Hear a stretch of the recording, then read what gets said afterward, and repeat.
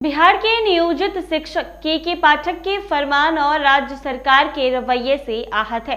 1.5 दशक से ज्यादा समय से शिक्षण कार्य में लगे नियोजित शिक्षकों की नाराजगी सिर्फ इसीलिए नहीं है कि उन्हें राज्यकर्मी का दर्जा पाने के लिए सक्षमता परीक्षा जैसे मानदंड से गुजरना पड़ रहा है।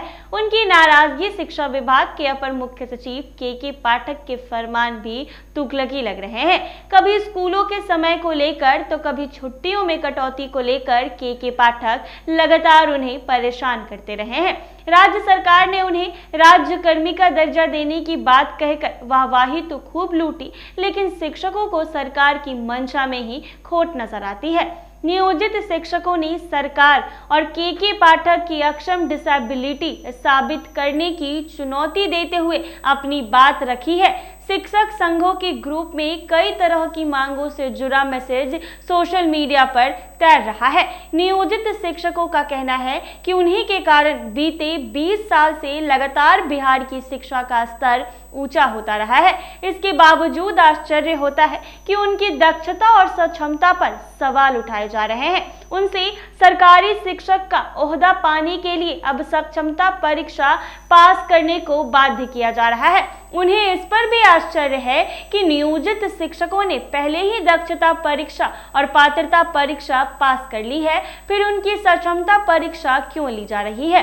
शिक्षकों को बिहार सरकार की मंशा में ही खोट नजर आती है। वो इसमें मुख्यमंत्री और उनके मंत्रिमंडल की कोई अघोषित चाल नजर आती है। शिक्षकों का सरकार से सवाल है कि जब स्कूल सरकारी तो कुछ शिक्षक ही सरकारी क्यों होंगे। सरकारी शिक्षकों से कहीं अधिक योग्यताधारी या समान योग्यताधारी नियोजित शिक्षक भी हैं, तो उन्हें सरकारी क्यों नहीं सरकार मानती है। क्यों उनके लिए सक्षमता परीक्षा पास करने की गैर जरूरी शर्त थोपी गई है। इतना ही नहीं, सरकार को जब जहां जरूरत पड़ती है या चुनाव आयोग को इलेक्शन के कामों से लगना पड़ता है तो नियोजित शिक्षक सरकारी शिक्षकों के ही तरह काम करते हैं। पर पढ़ाई के लिए नियोजित शिक्षकों को अब सक्षमता परीक्षा से गुजरने को कहा जा रहा है। अगर वाकई नियोजित शिक्षक अक्षम है तो सरकार इनसे बच्चों को पढ़ाने का काम सौंपकर क्या गुनाह नहीं कर रही। इस गुनाह के लिए तो शिक्षा विभाग, सरकार और सीएम पर क्या मुकदमा नहीं चलना चाहिए। नियोजित शिक्षकों के तर्क ऐसे हैं कि जिन्हें एक बारगी खारिज नहीं किया जा सकता। वो कहते हैं कि शिक्षा मंत्री ने आश्वासन दिया है कि नियोजित शिक्षक अब सरकारी बन जाएंगे, पर इसके लिए उन्हें सक्षमता परीक्षा तो देनी ही होगी। शिक्षकों का कहना है कि अभी तक वो मैंगो माने आम पढ़ाते रहते थे, तो राज्यकर्मी बनने के बाद क्यों मैंगो माने केला पढ़ाने लगेंगे। आदमी वही है, पढ़ाई भी यानी समान काम भी है। पर दर्जा के मामले में तिरस्कार क्यों। शिक्षकों को संदेह है कि सक्षमता परीक्षा के बहाने सरकार उन्हें नौकरी से हटाना चाहती है।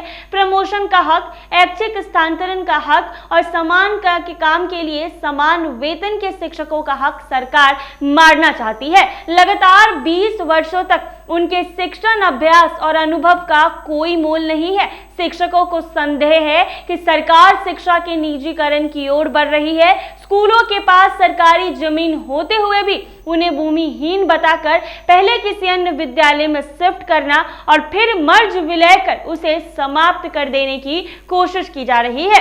अकेले सुपौल जिलों में नवसृजित 280 प्राथमिक विद्यालय में 150 ऐसे स्कूल की पहचान हुई है जिनके पास अपनी जमीन नहीं है। हालांकि इनकी स्थापना वर्षों पहले हुई है।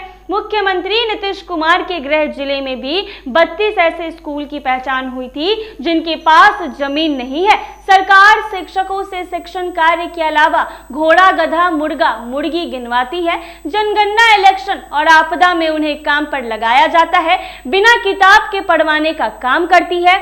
शिक्षकों के समय समय को लेकर शिक्षा विभाग के अपर मुख्य सचिव के पाठक बेतुका फरमान जारी करते रहते हैं। शिक्षक बोरे बेचते हैं, लोगों के बाहर शौच जाने की निगरानी करते हैं। उसके बावजूद के पाठक पर्व त्योहारों के दिन भी स्कूल आने को बाध्य करते हैं।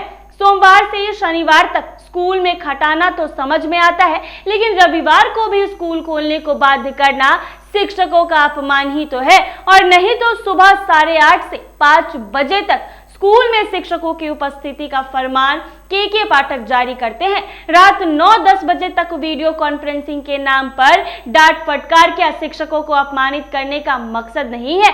तकलीफ तो तब होती है जब शाम 4:15 बजे सभी बच्चों की छुट्टी के बाद वीरान सुनसान जगह पर केवल शिक्षक शिक्षिकाओं को 5 बजे तक रोक कर रखा जाता है। शिक्षक को इतने तरीके से अपमानित करने के बाद उन्हें राज्यकर्मी बनने के लिए सक्षमता परीक्षा पास करने की जरूरत समझाई जाती है। ऐसे ही तमाम अपडेट्स के लिए बने रहें NBC 24 पर।